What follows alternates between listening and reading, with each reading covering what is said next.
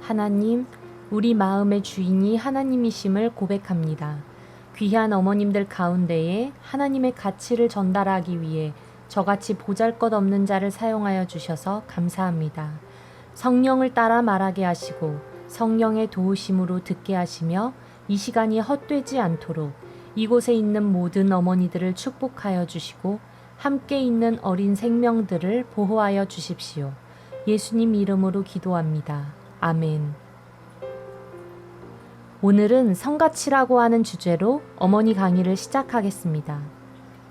성가치라고 하는 가르침을 저희가 암송학교 안에서 한 게 아니고 학기 외에 희망하시는 분들과 함께 저희 암송학교의 고학년 아이들에게 직접 성에 대해 가르쳤는데 제가 한 2년 동안 학기마다 몇 회 하고 내린 결론은 우리가 직접 이 가치에 대한 가르침이 중요하고 필요하다고 여겨졌습니다.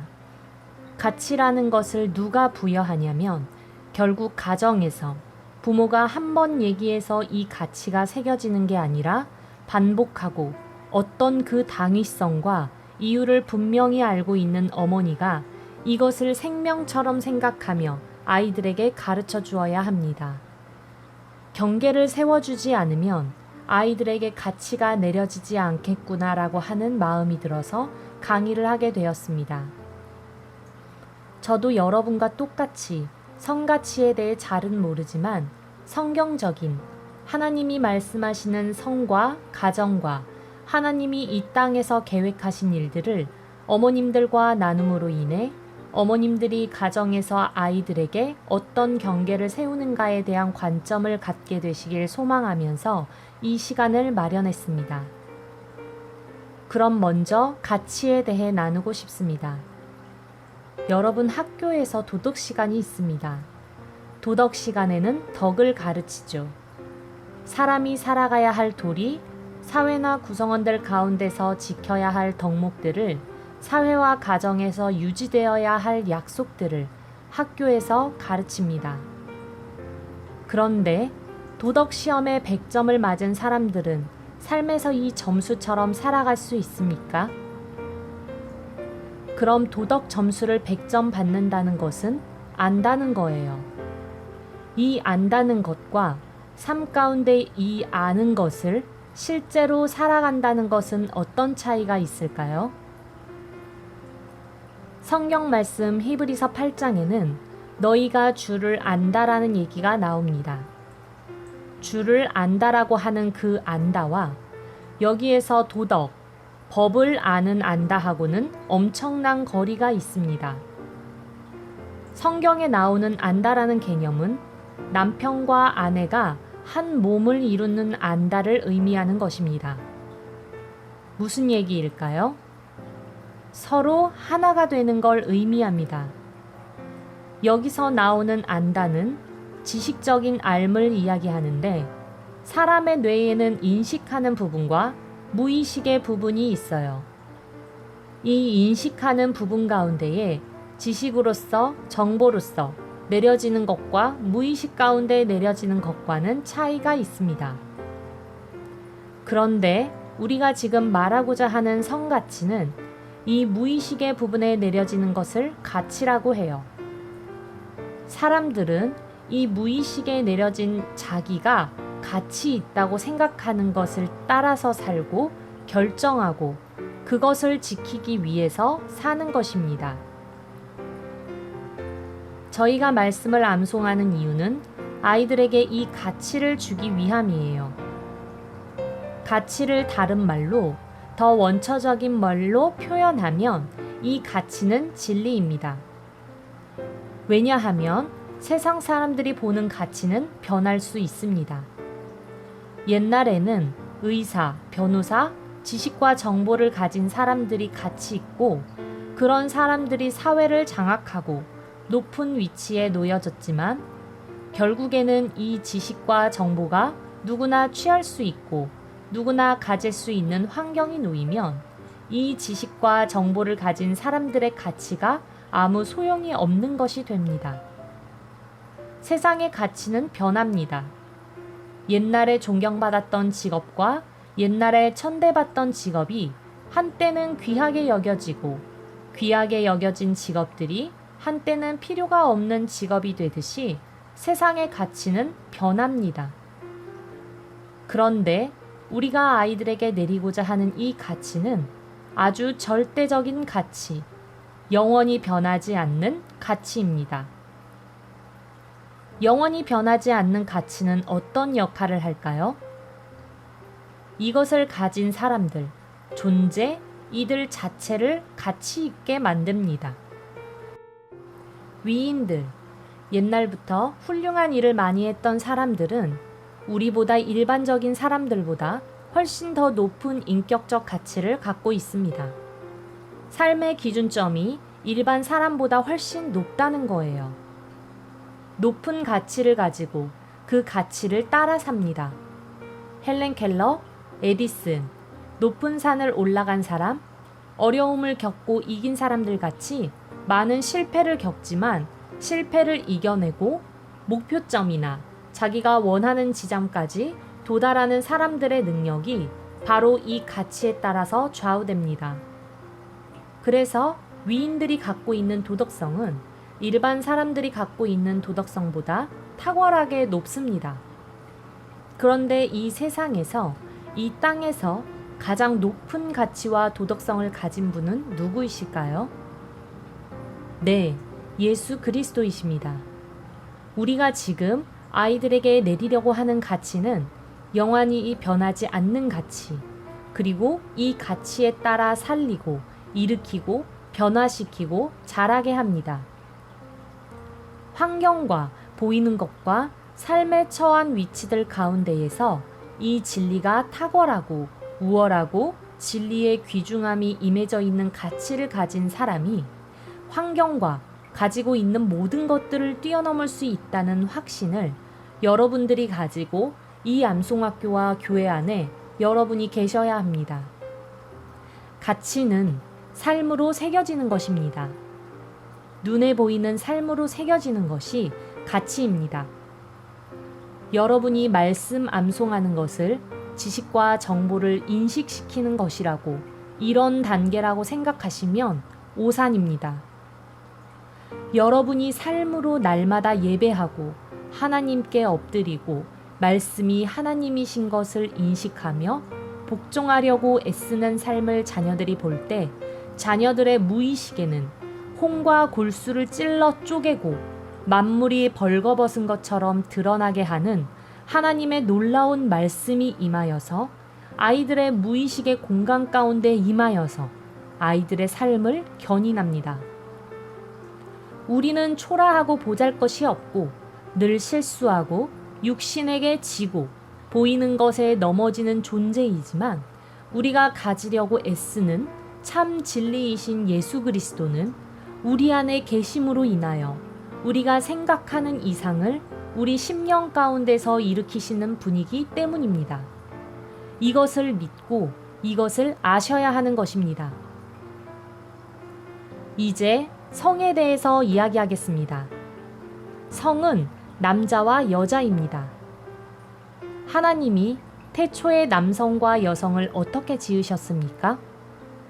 하나님은 태초에 남성과 여성을 처녀 총각, 미혼의 상태가 아니라 부부로 남자와 여자의 성을 시작하셨습니다.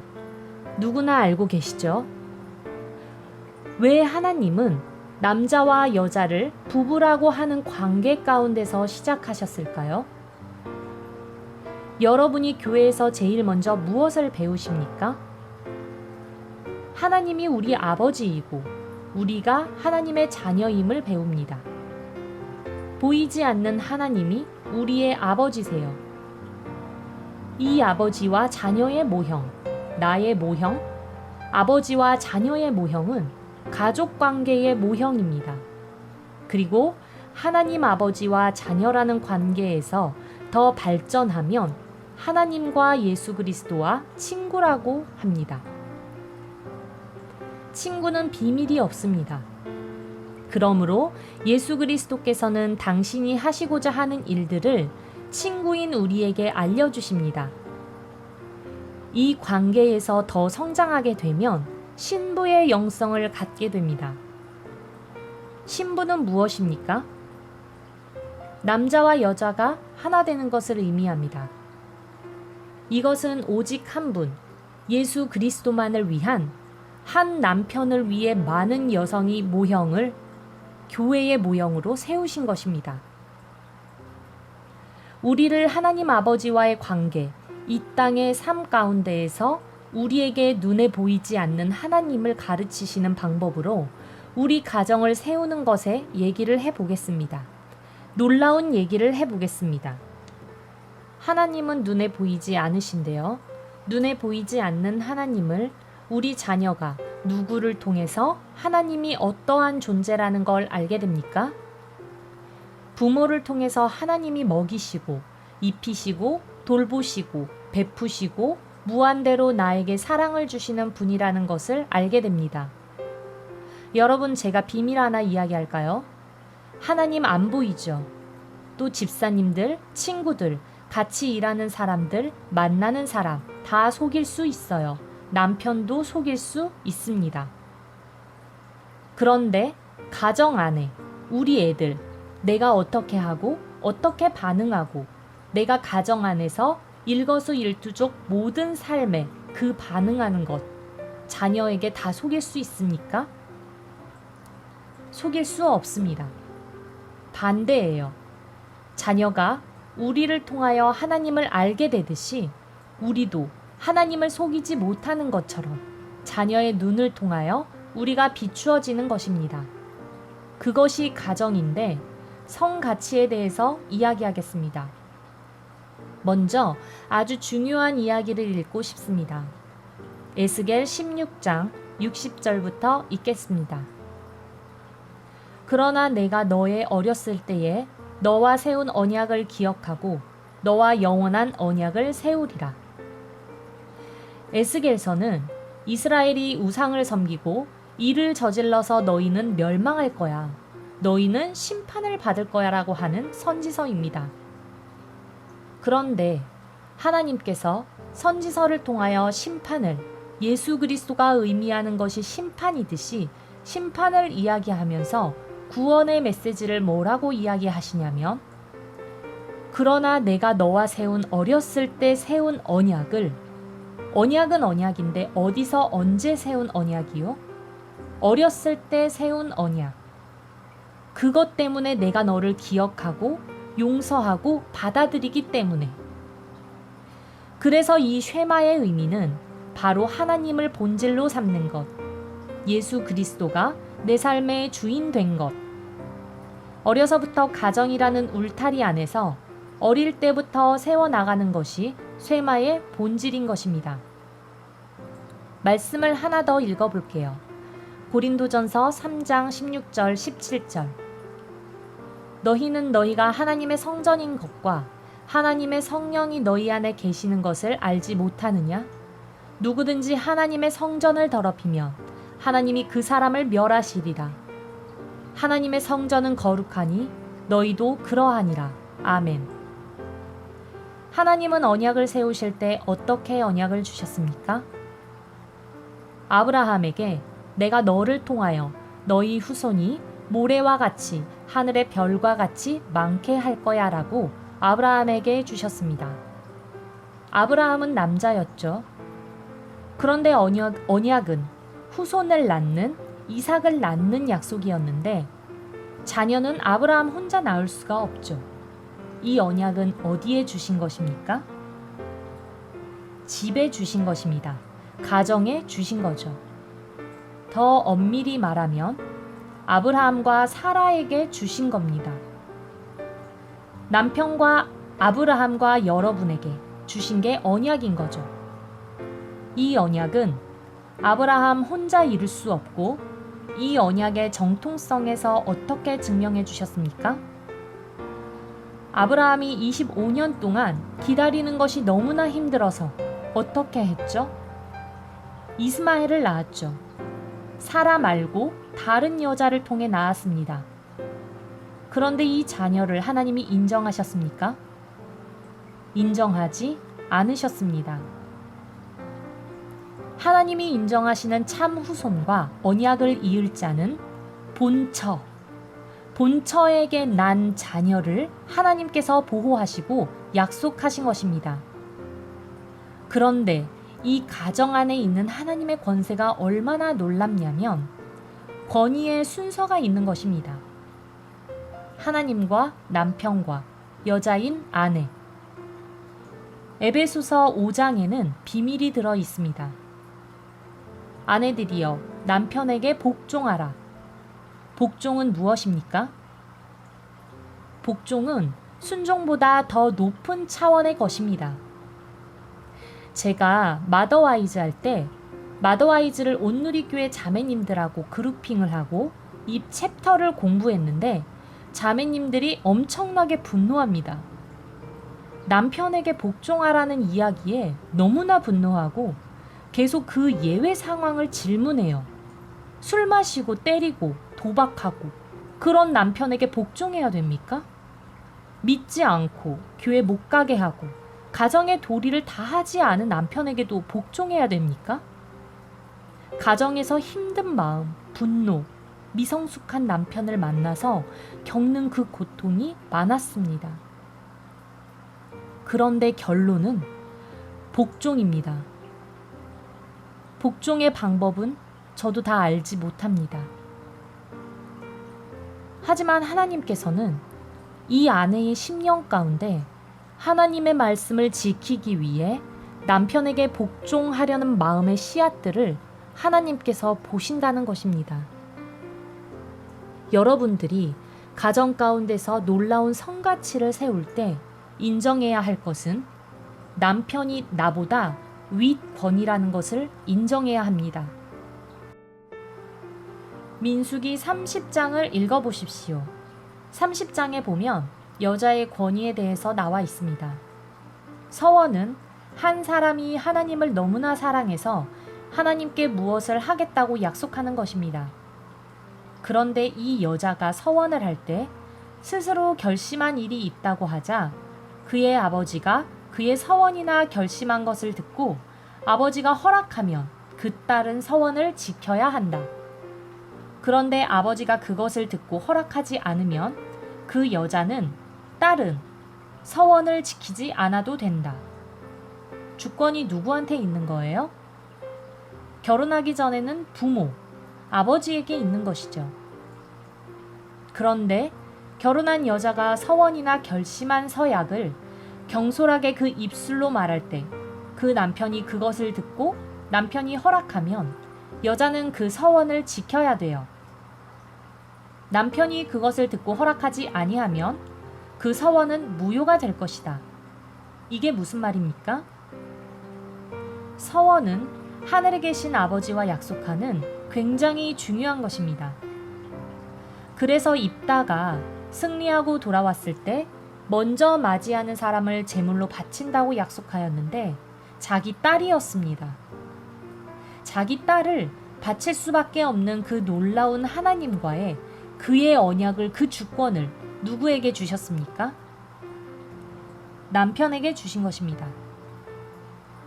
복종의 의미가 무엇이냐면 권위와 결정권을 남편에게 주는 것인데 하나님께 복종한다는 것은 결정권을 하나님께 드리는 겁니다. 남편에게 복종하는 것은 모든 결정권을 남편에게 준다는 건데 이 복종이 의미하는 것은 보호를 의미합니다. 하나님께 순종하는 사람, 남편에게 복종하는 사람은 남편의 보호를 받는 것입니다. 모든 죄가 결정한 사람 죄지 결정을 따라한 사람이 무슨 죄가 있습니까? 나는 시키는 대로 하라는 대로 했을 뿐입니다. 모든 짐과 책임이 누구에게 가는 겁니까?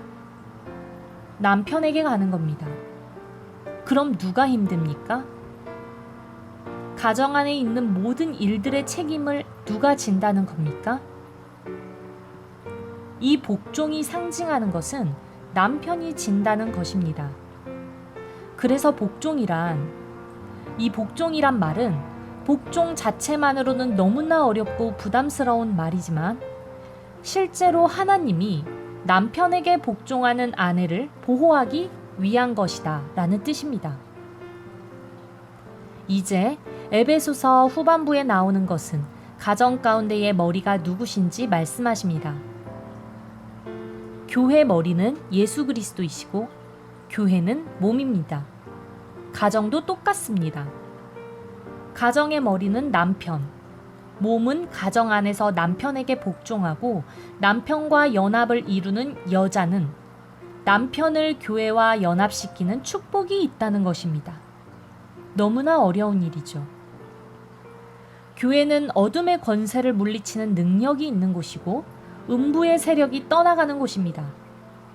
가정도 똑같이 교회고 가정 가운데 있는 음부의 세력, 음부의 권세를 물리치는 능력이 있는 곳입니다. 성에 관한 걸로 이야기하면 몸이 성전인 것이죠. 남편과 아내가 몸을 합하지 않고 어떻게 자녀를 출산합니까?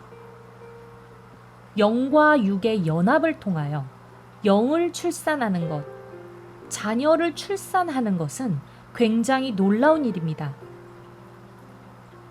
저는 너무나 놀란 게 다른 사람들이 아이를 갖고 낳고 하는 일들이 자연스러운 일인데 결혼하면 당연하게 아이를 낳지라고 생각했지만 내 몸에서 아이가 나오고 생명이 제 몸에서 나왔다는 게 저는 너무나도 놀라웠습니다. 어떻게 이런 일이 나에게 있을 수 있지? 나도 닮고 남편도 닮고 나와 똑같은 비슷한 성격을 가진 이 아이가 내 몸을 통해서 나온 기적과 같은 일. 이것이 바로 하나님이 말씀하시는 육의 몸을 통하여 영의 것을 출산하는 이 비밀이 가정 안에 있고 이 가정이 교회인 것이죠. 교회는 어머니의 영이 없으면 가짜입니다. 육을 통하여 영을 생산하고 육의 사람들이 모여서 영의 사람들이 탄생하는 곳이 교회인데 어머니 영이 없다면 교회는 가짜입니다. 그저 예배를 흉내내는 것에 그치는 것입니다. 왜냐하면 어머니는 자식을 끝까지 책임지고 어머니는 자기의 목숨을 내어놓는 자가 어머니죠. 오늘 성가치에 대한 가치는 삶의 기준을 이야기합니다. 요즘 음란이 정말 일반적인 수준을 뛰어넘는 수준의 음란이 일반이 되어지는 세상입니다.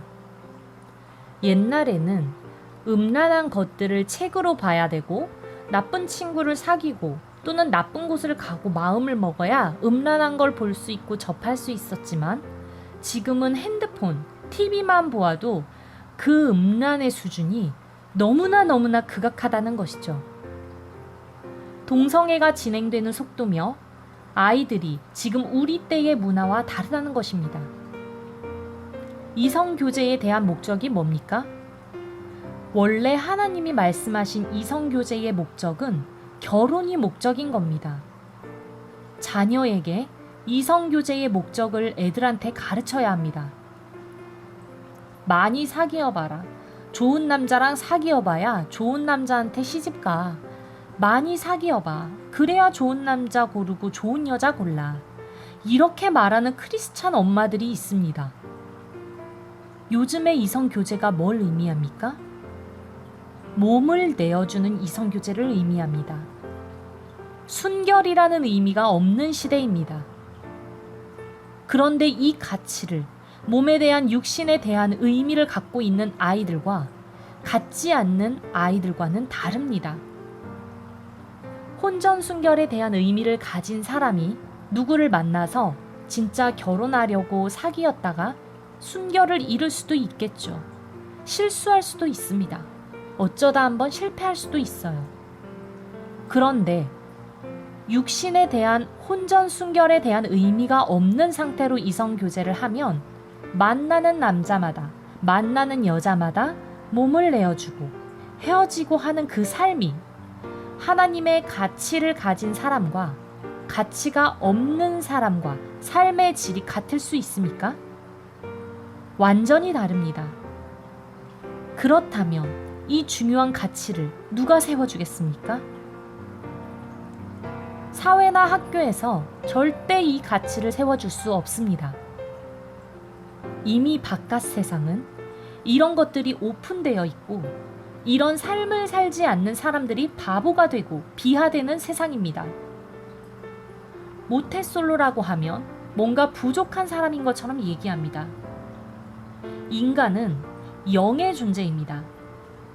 하나님이 왜 남자와 여자가 순결을 지켜 결혼하는가에 대한 것을 말씀드리고 싶습니다. 몇 년 전에 우리 교회에서 크레그힐 목사님의 컨퍼런스가 있었는데 그 컨퍼런스에서 이런 예시를 하셨습니다. 종이를 하나 주시고 딱풀로 칠한 다음 반으로 접어요. 이것이 남자와 여자의 마음이에요. 즉 뭐냐면 몸이 성전인데 이 성전 안에 뭐가 들어있습니까? 영이 들어있어요. 그래서 아까 말했던 것처럼 남편과 연합해서 자녀를 낳는 것은 육체만 결합하는 게 아니에요. 영이 결합하는 거예요. 영이 육안에서 결합하여져서 새로운 영을 창조하는 것. 그게 하나님의 태초의 신비입니다. 그러니까 몸을 섞는 것은 영을 섞는 것입니다. 고린도전서 6장 16, 17절 보면 창녀와 합하는 자는 그와 한 몸인 줄 알지 못하느냐? 일러스되 둘이 한 육체가 된다 하셨나니 주와 합하는 자는 한 영이니라. 뭐라고 하십니까? 창녀와 한 영이 되는 거라고 말씀하십니다. 창녀의 영과 한 영이 되는 것이죠. 예시로 돌아가서 크레그힐 목사님이 어떻게 표현했냐면 종이를 반 접어서 만났어요. 몸을 섞었어요. 그리고 마음에 안 들었어요. 결혼을 하지 못하고 헤어졌어요. 붙인 종이를 떼어보라고 하셨습니다. 붙인 종이가 어떻게 됐을까요? 찢어졌습니다. 그 사람이 아닌 것 같아 다른 사람을 또 만났습니다. 또 그 종이에 반을 접어서 딱풀로 붙였어요. 근데 그 사람도 내가 원하는 배우자가 아닌 거예요. 또 헤어졌습니다.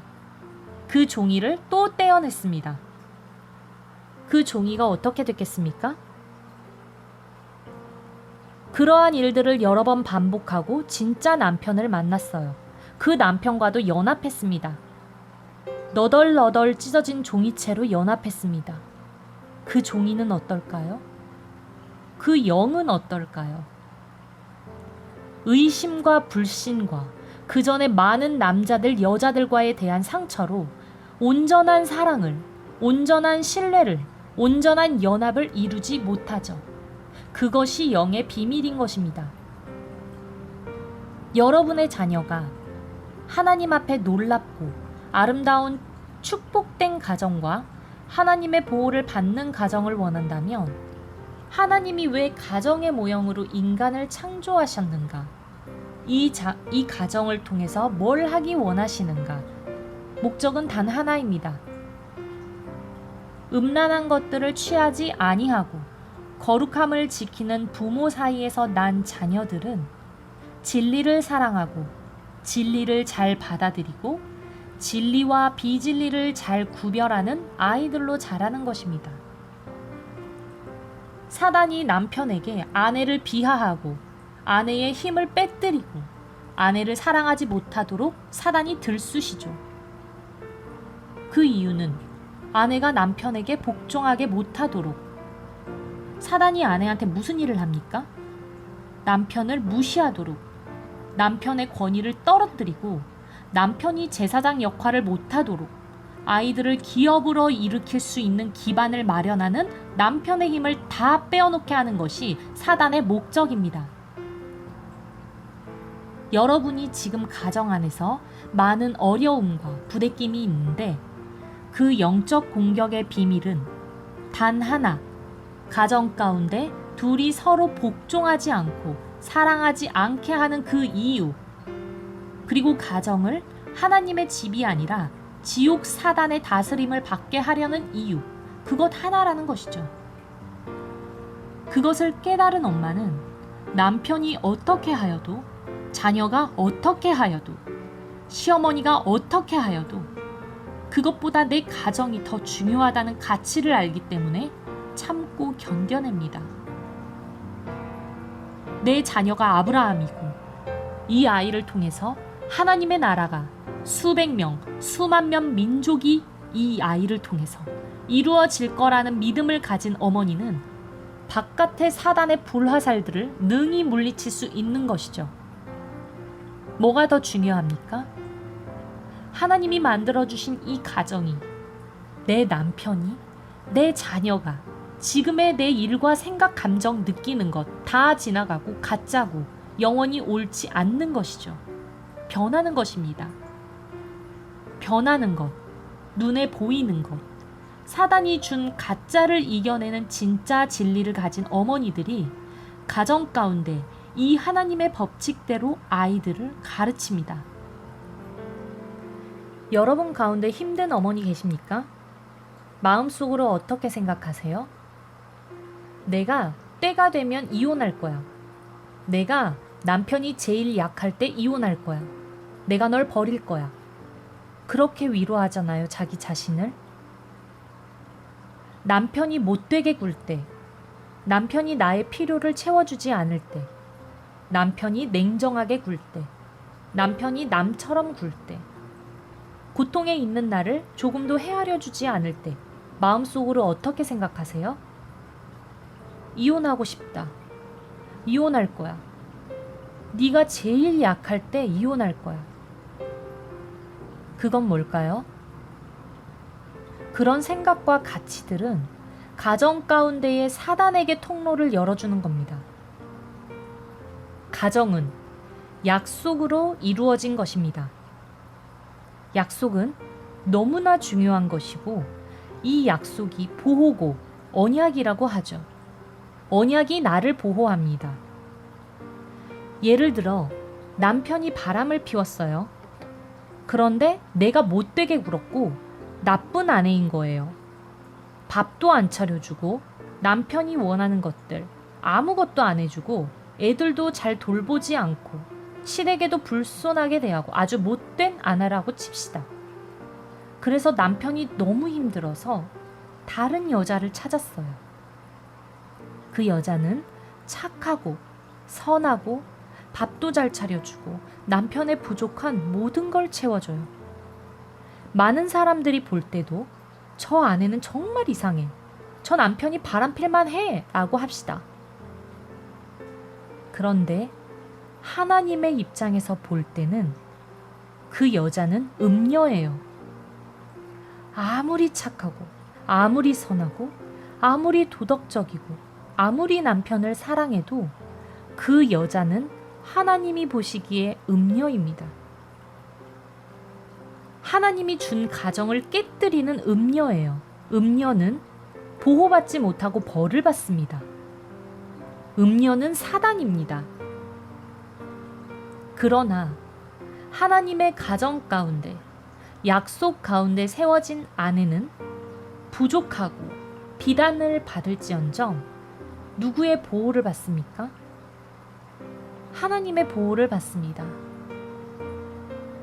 그 딸이 마음을 돌이켜서 하나님께 기도하고 내가 가정을 지키겠습니다. 내 가정을 살려주시고 내 남편을 돌이켜 주십시오. 내 아이들을 하나님 품 안에 거하게 하고 싶습니다. 울며 기도하면 하나님은 그 음녀의 기도를 들으시는 게 아니라 이 아내의 기도를 들으십니다. 그게 하나님의 법칙인 것입니다.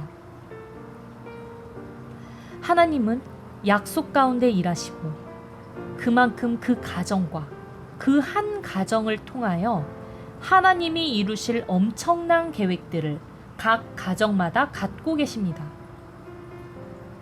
여러분이 만약에 혼전 임신을 하셨다고 한다면 무엇이 열려 있는 것입니까? 약속 전에 몸을 허락하고 약속 전에 음란이 있었다면 그 음란에 대한 회개가 있어야 합니다. 하나님께 간절히 고백하고 그 음란의 문을 닫기 원합니다. 음란의 문이 열려 있다는 건 그 음란의 문이 내 자녀에게 미친다는 것입니다. 자녀가 혼전에 자기 몸을 내어준다는 것이에요. 부모가 했던 것처럼. 이혼했던 가정들의 자녀가 이혼을 하는 거예요. 그 음란의 문을 어머니가, 부모가 닫는 것입니다. 요한복음 10장 1절부터 5절까지 읽겠습니다.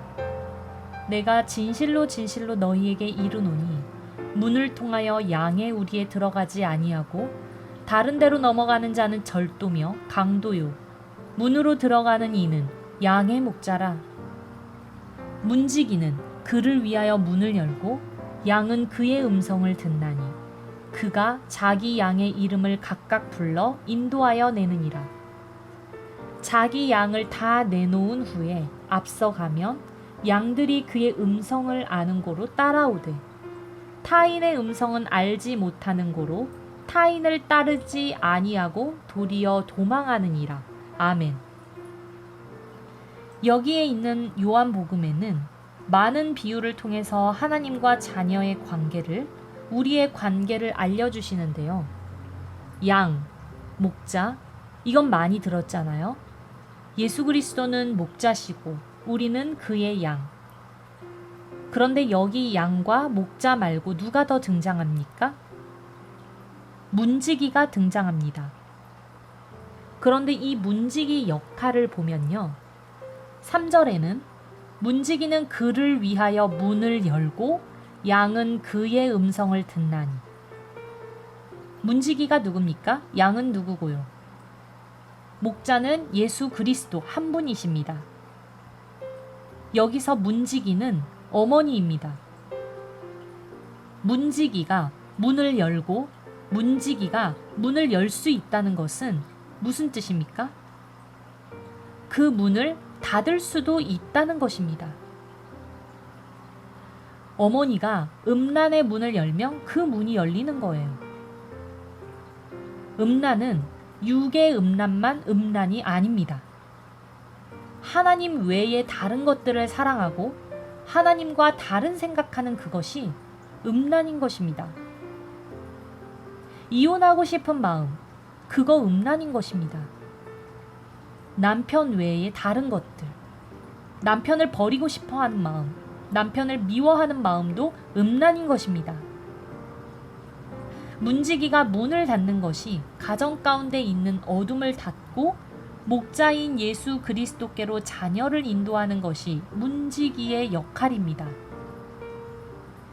그래서 여러분이 자녀에게 성의 가치를 몸 안에서 이루어지는 일을 통하여 영의 것들이 결정된다는 것을 가르쳐 주셔야 합니다.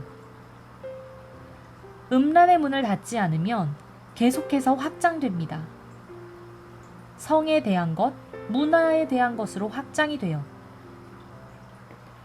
여러분이 미디어를 어린 아이들에게 마음대로 보여주는 것은 이 음란의 문, 세속의 문을 활짝 열어주는 것입니다. 언제부터 식당에 가보면 본인 밥 편하게 먹으려고 0세부터 24개월 아기들한테 핸드폰 보여주고 자기 밥 먹는 모습을 봅니다. 그 모습 볼 때면 핸드폰을 고기 불구덩이에 넣고 싶습니다. 아기들한테 어떤 영향을 끼치는지 아십니까? 정신과 의사가 이런 이야기를 했습니다. 0세부터 18세까지 TV에 노출된 아이들은 산만하고 집중하지 못하는 뇌를 갖게 된다고 합니다. 영원히 못 고친다고요. 성인이 되어서 미디어 중독으로 TV나 영화를 24시간 보고 하루 종일 게임하고 이런 사람들은 2년만 끊으면 다시 원래 상태로 돌아오는데 0세부터 18세까지 미디어에 노출되어 중독된 애들은 어떤 것에 집중하고 깊게 생각하고 중요한 결정을 할 수 있는 그 뇌의 신경들이 모두 끊어져서 이게 평생 간다는 것입니다. 그런데 엄마는 알지 못하고 본인 편하게 식사하겠다고 아이들에게 그 핸드폰을, TV를 보여주는 것이죠. 인간의 뇌의 앞쪽에 있는 전두엽, 뒤쪽에 있는 후두엽이 있습니다. 이건 다들 아시죠? 그리고 중간쯤에 복측 피계 영역이라고 하는 쾌락 중추가 있고 그 앞쪽에 측좌액이라고 하는 뇌 좌우의 신경들이 모여 있는 곳으로 무슨 일이든 시작하면 반응이 나타나는 정보를 처리해 주는 곳입니다. 쉽게 말해서 쾌락 중추는 중독의 중추로 재밌거나 흥분, 쾌감을 주는 일을 할 때 이 쾌락 중추가 활성화된다고 합니다. 그래서 정보들을 앞쪽에 있는 전두엽으로 후두엽으로 보내기도 하는데요. 후두엽은 시각적 정보를 받아들이고 해석하는 역할 정도. 예를 들어 육적인 것들, 식욕, 성욕, 게임, 도박, 쾌락 등 중독으로 이어질 수 있는 것들을 아까 말한 쾌락 중추에서 후두엽으로 보내 후두엽을 발달시킵니다. 그래서 이 쾌락 중추에서 도파민이 나와 후두엽으로 보내 계속해서 가는 길을 만듭니다. 그리고 전두엽은 아주 높은 가치, 그 이상의 것들을 결정하고 회복시키는 일. 예를 들어 인격과 태도, 고도의 지적 기능, 문제 해결, 판단, 의지력, 윤리적인 가치관 등 어려움을 이겨내는 것, 인내하는 것, 용서하는 것, 양보하는 것, 사람들과 연합하는 것 등 상향적인 가치, 형이상학적인 것들이 이 전두엽을 발달시킴으로써 도파민이 전두엽으로 가는 이 길을 계속해서 만들어주어 활성화시켜주는 것입니다. 잘못된 생각이나 잘못된 어려움이나 잘못된 것들을 바꾸고 옳고 정의로운 것, 공의로 사람이 살아갈 수 있도록 돕는 곳이 전두엽인데 어렸을 때부터 TV나 매체, 스마트폰에 노출된 애들은 어디가 발달할까요? 후두엽입니다. 쾌락 중추를 통해 계속해서 길을 내어주는 것입니다. 남자들이 이 중독을 많이 갖고 있죠. 음란한 중독, 도박, 술, 포르노, 그런 중독을 가진 사람 특징이 어려움을 못 이겨냅니다. 중독성을 가진 남자들은 절대로 어려움을 못 이겨냅니다. 회사 일 잘 못합니다. 우리가 아이들에게 심어주는 게 진리잖아요. 말씀. 아이들에게 스마트폰, 미디어, TV 이런 걸 허용하면 밑 빠진 독에 물을 붓는 것입니다. 헛수고라는 것입니다. 시냇물에서 채로 물을 뜨면 물이 떠집니까? 다 새어나갑니다. 여러분이 암송할 때 세상 가치를 정확히 가르쳐주고 가이드해주고 이것을 막아주어야 아이들의 무의식의 공간에 혼란이 없는 것입니다. 이렇게 말씀드리는 이유는 제가 다 겪어봤기 때문입니다. 0세부터 14세까지만 못하게 하면 됩니다. 14세 이후는 저도 못합니다. 음란한 춤들을 보면서 자란 애들은 걸그룹, 아이돌 그룹을 막 보지만 그걸 안 보고 자란 아이들은 머리 아프다고 꺼달라고 합니다.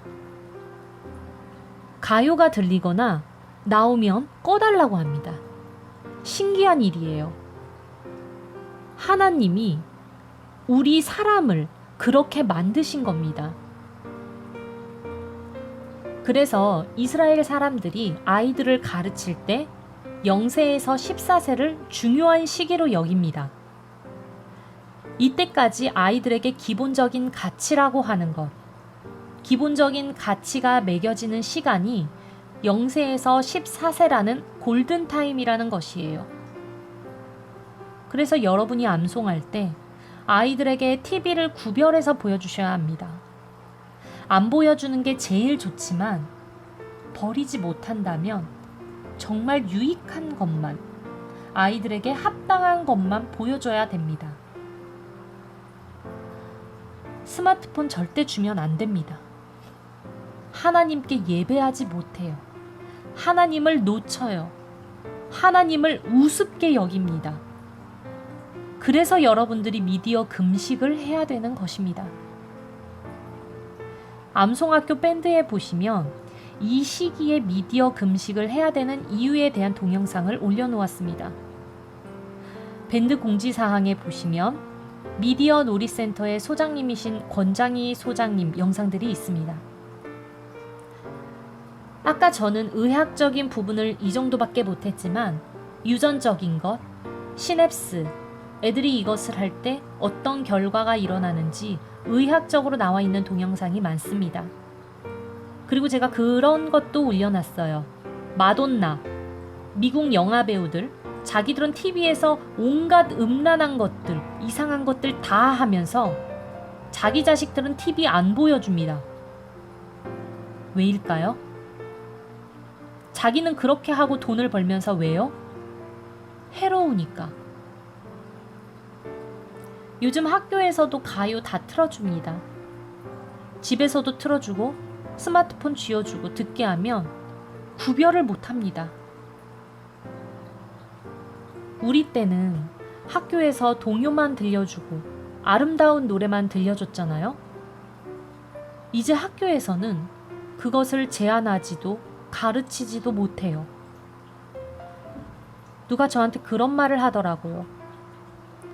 이게 프리메이슨 그런 것들 믿어주지 않고 또 싸이가 세계의 나라에서 방탄소년단이 우리나라의 위상을 높여주고 애국자고 그 나라의 문화를 상징하고 문화는 다 변하고 싸이나 방탄소년단이 조선시대의 김홍도랑 뭐가 다르냐는 거예요. 김홍도가 지금 인정받고 있지 않냐고. 그래서 제가 그분한테 뭐라고 했냐면 나는 아줌마야. 나는 아무것도 몰라. 나는 사회 비평가, 문학 비평가도 아니고 포스터 모던이 뭔지, 염세주의가 뭔지 뭐 저도 한때는 그런 책을 읽었습니다만 네가 네 귀로 노래를 들어봐봐. 그 노래가 우리 자식한테, 우리 자녀에게 더 좋은 영향을 미칠 것 같아? 그걸 듣고 그 노래가, 그 가사가, 그 비디오에서 보여주는 그 모습들이 자녀에게 유익할 것 같니? 대답을 못 하더라고요. 유익하지 않은데 그걸 왜 보여줘요? 유익하지 않는데 왜 그 노래를 부르게 하냐고요. 막아야지. 누가 막아요? 엄마가 막아줘야 합니다. 제가 며칠 전에 마더라는 영화를 설명하는 유튜브를 봤는데 내용이 끔찍해요. 아들이 살인을 저질렀는데 엄마가 아들이 감옥에 가려는 아들을 막으려고 엄마가 그 죄를 다른 사람한테 뒤집어 씌운다고 하는 컬트적인 아주 보기 힘든 영화예요. 근데 맨 마지막에 엄마인 김혜자, 자기가 죄를 뒤집어 씌운 다른 사람한테 해롭게 해서 이 사람을 범죄자로 만들어 놓고 자기 아들 죄를 뒤집어 씌워놓고 아들 면회 가서 뭐라고 한 줄 알아요? 너는 엄마 없니? 라고 말해요. 뭘 말하는 겁니까? 엄마의 역할이 뭡니까? 가정과 자녀를 악으로부터, 음란으로부터, 세상으로부터 보호하는 게 엄마 역할입니다. 그 문지기 역할이 여러분의 역할이에요. 어머니 사명에 더 나오겠지만 어머니 사명을 말하기 전에 이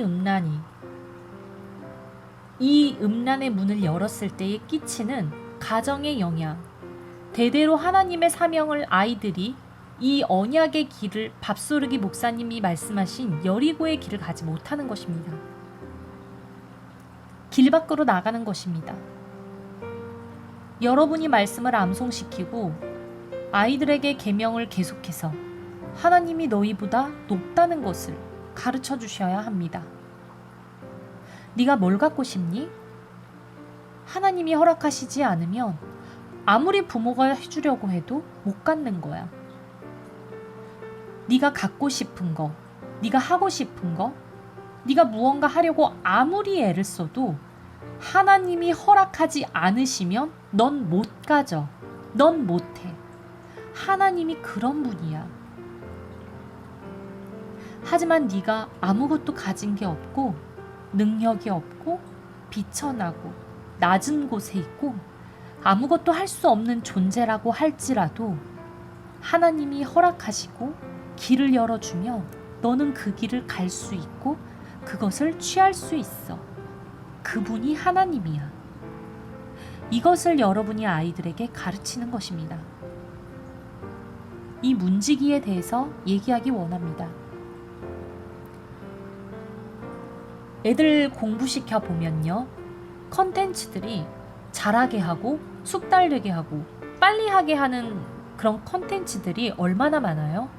수학학원, 인터넷 강의, 과외 선생 엄청 많습니다. 지식과 정보를 갖게 하는 컨텐츠들이 이제 우리가 상상을 초월하는 영역들로 널립니다. 무분별하게 뭐가 진짜인지 가짜인지도 모를 만한 정보들이 널려 있어요. 애들이 이것들을 많이 가진다고 애들이 잘 될까요? 많은 정보를 가지면 똑똑하고 훌륭한 애들이 되는 거예요? 삶을 바꾼 만남이라는 책이 있습니다. 다산 정약용의 책이에요. 정약용은 조선 후기 실학자 정조 때의 지식인이죠. 이 사람에게는 황상이라고 하는 제자가 있었어요. 이 제자가 정약용을 찾아와요. 선생님, 저는 공부 학문을 하고 싶은데 저는 둔하고 탁하고 막혀 있습니다. 제가 제 딸한테 이 얘기를 해주니까 뭐야, 셋 다 똑같은 말이잖아. 머리가 나쁘다는 얘기잖아. 그래, 셋 다 똑같은 얘기야. 그래요, 맞아요. 근데 그 세 단어의 말의 뜻을 정약용이 풀어줍니다. 둔하다는 암기가 느리다는 거, 막혔다는 이해를 못하는 거, 탁한 것은 빨리 외우고 빨리 이해하고, 막혔다는 것은 글을 자기 머리 안에 있는 거를 빨리 풀어내지 못한다. 엄마들이 원하는 공부 잘하는 게 뭐예요? 암기 잘하고, 글 잘 짓고, 이해력이 빠르고. 학교에서 이러면 뭐라고 해요? 너희 애들 똑똑해, 공부 잘할 거야. 이 요소가 반대되는 요소를 황상이 가지고 있다고 정약용을 찾아간 거예요. 황상이 말해요. 스승님, 저는 암기력도 안 되고 글도 잘 안 나오고 이해력이 없어요. 그런데 스승인 정약용이 이렇게 말합니다. 빨리 외우는 것처럼 나쁜 게 없어. 글을 그냥 금방 뽑아내는 것처럼 하는 것은 공부의 최대의 적이야. 이해력이 빠른 것처럼 공부에 해로운 게 없다. 이런 사람들은 교만하고 지식이 얕으며 자기가 최고인 줄 알고 다른 사람의 것을 받아들이지 않는다. 너같이 둔하고 막히고 탁한 자가 학문을 하기 가장 좋은 자야.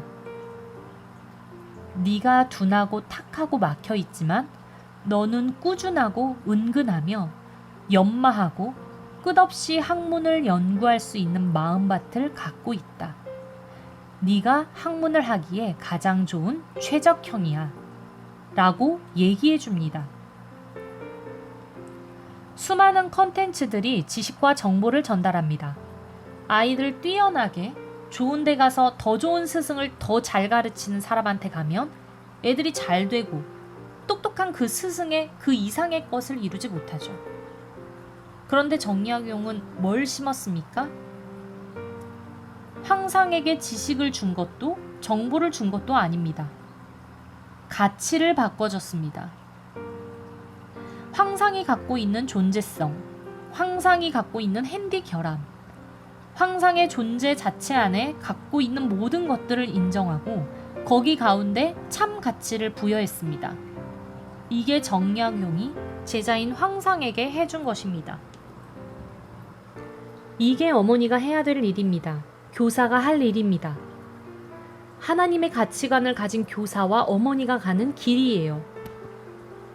아이들이 가진 능력, 아이들의 정보, 아이들의 수준을 따라서 다 커팅하고 다 걸러내서 똑똑한 애들을 뽑아내는 이 세대에 진짜 필요한 어머니 교사는 그 아이가 갖고 있는 자체적인 하나님이 지으신 형상, 내 아이의 둔함, 막힘, 탁함, 이 모든 것들을 하나님의 가치로 바꿔주고 그 존재적인 가치, 너의 주인은 예수 그리스도, 너를 인도하시는 분은 예수 그리스도, 너를 건지시는 분은 예수 그리스도.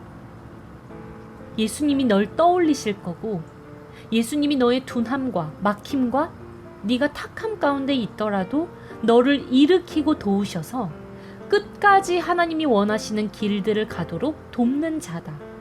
너는 그런 아이다. 그런 믿음의 뿌리를 나도 예수 그리스도로부터 받았고 나도 너에게 그것을 내리기 위해 애쓰고 있다. 라고 이야기해 주시는 부모가 되어야 합니다. 이런 것들을 예전에는 학교에서, 사회에서 정약용 같은 훌륭한 선생님이 있으면 가르쳐 줄 수 있었을지도 모르죠. 지금 시대에는 제가 중학교에 가서 왜 애들 입술 다 빨갛게 하고 치마를 저렇게 짧게 입고 다니고 그러면 애들이 사복을 입으면 어른인지 아이인지 모르기 때문에 나쁜 일을 당해도 아무에게도 보호를 못 받는데 왜 학교에서 그런 경계를 안 해주나요? 라고 하면 선생님이 뭐라고 하는 줄 아세요? 인권 때문에 못 가르친대요. 애들 인권 때문에. 애들이 화장하고 짧은 옷을 입을 자유가 있다고 법이 바뀌진 않았지만 그 밑에 있는 조례 같은 것들이 세워졌다는 거예요. 애들을 훈육하거나 말 안 들을 때 애들 체벌 못 한다는 겁니다. 말로 하면 애들이 막 화내고 선생님한테 욕해요. 우리 딸이 착한 선생님을 아주 나쁜 별명을 지었는데 생각이 안 나네요. 나쁜 별명을 지어서 선생님을 불러요. 그래서 제가 왜 그 착한 선생님을 그런 별명을 불러? 라고 했더니 이유가 뭔지 아세요? 자기만 화장을 잔뜩 하면서 우리는 못하게 하니까. 이유 같지도 않은 이유를 댑니다. 교권이 땅바닥에 떨어져서 선생님이 애들을 훈계할 수가 없어요. 그런데 누가 훈계할 수 있어요? 엄마. 스마트폰 누가 사줘요? 엄마가 사준 건데 엄마가 깨뜨리면 어때요? 네가 규칙과 경계와 엄마와 권위 아래서 벗어나면 이건 망치로 깨뜨릴 거야. 미리 말하고 그 정도를 벗어나면 그 앞에서 깨뜨려도 자녀들 아무 말도 못해요. 시집 가기 전까지 누가 권위를 가져요? 아버지가, 엄마가. 우리는 그 아이들의 인생을 책임져야 되는 사람들이에요.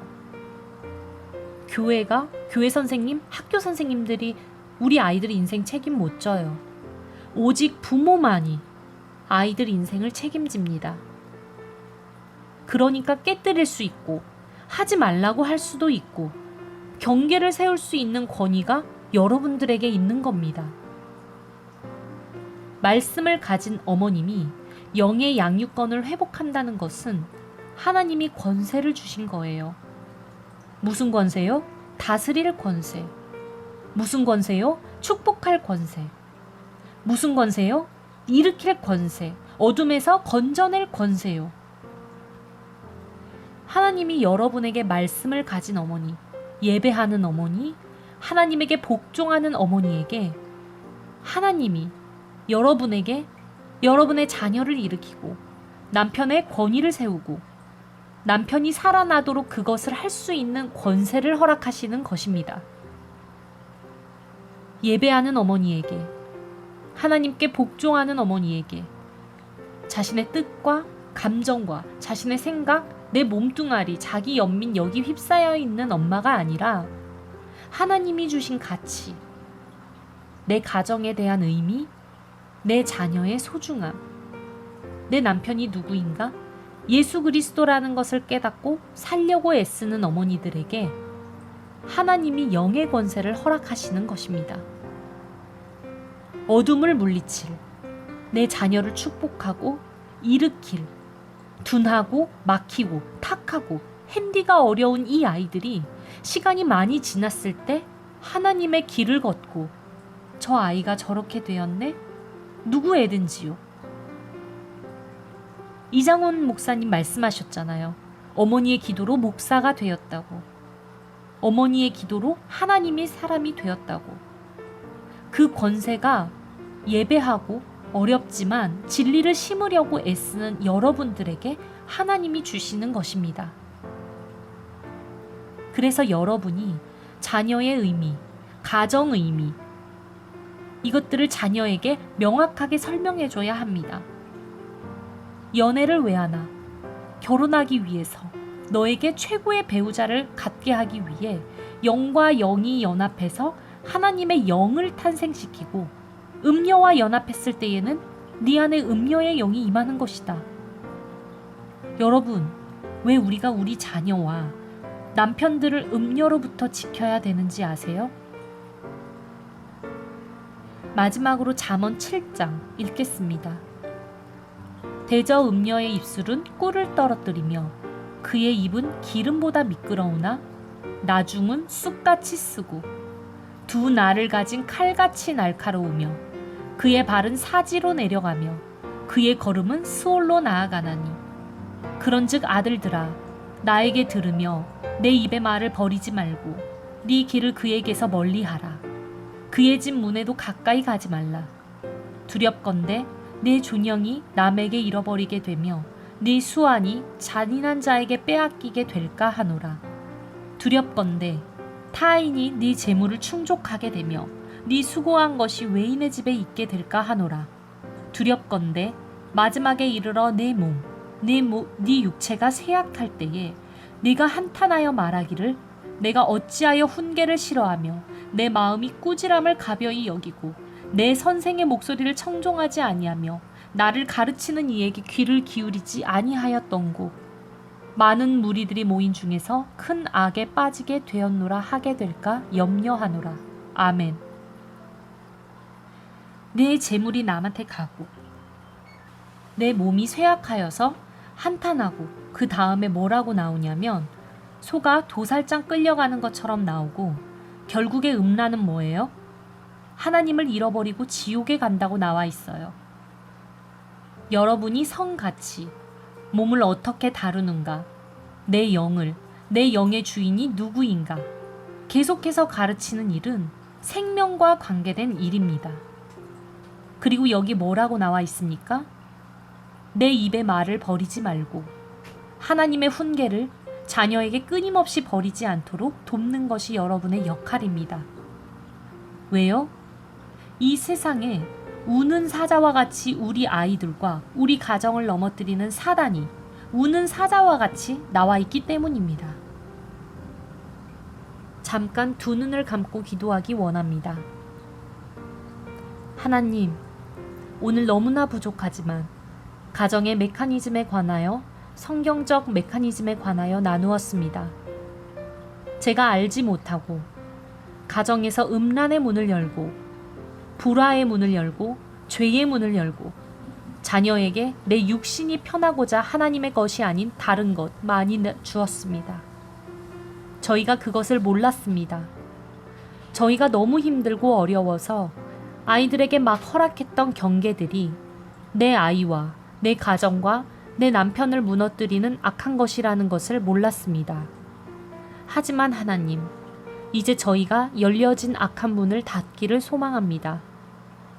문지기가 되어서 그 더러운 문들을 닫고 내 죄악들을, 음란들을, 가정 안의 어둠의 권세들을 무너뜨리는 권세와 말들을 주님 앞에 내려놓고 주 앞에 엎드리기 소망합니다. 하나님, 우리를 도와주십시오. 우리 어머니들을 도와주십시오.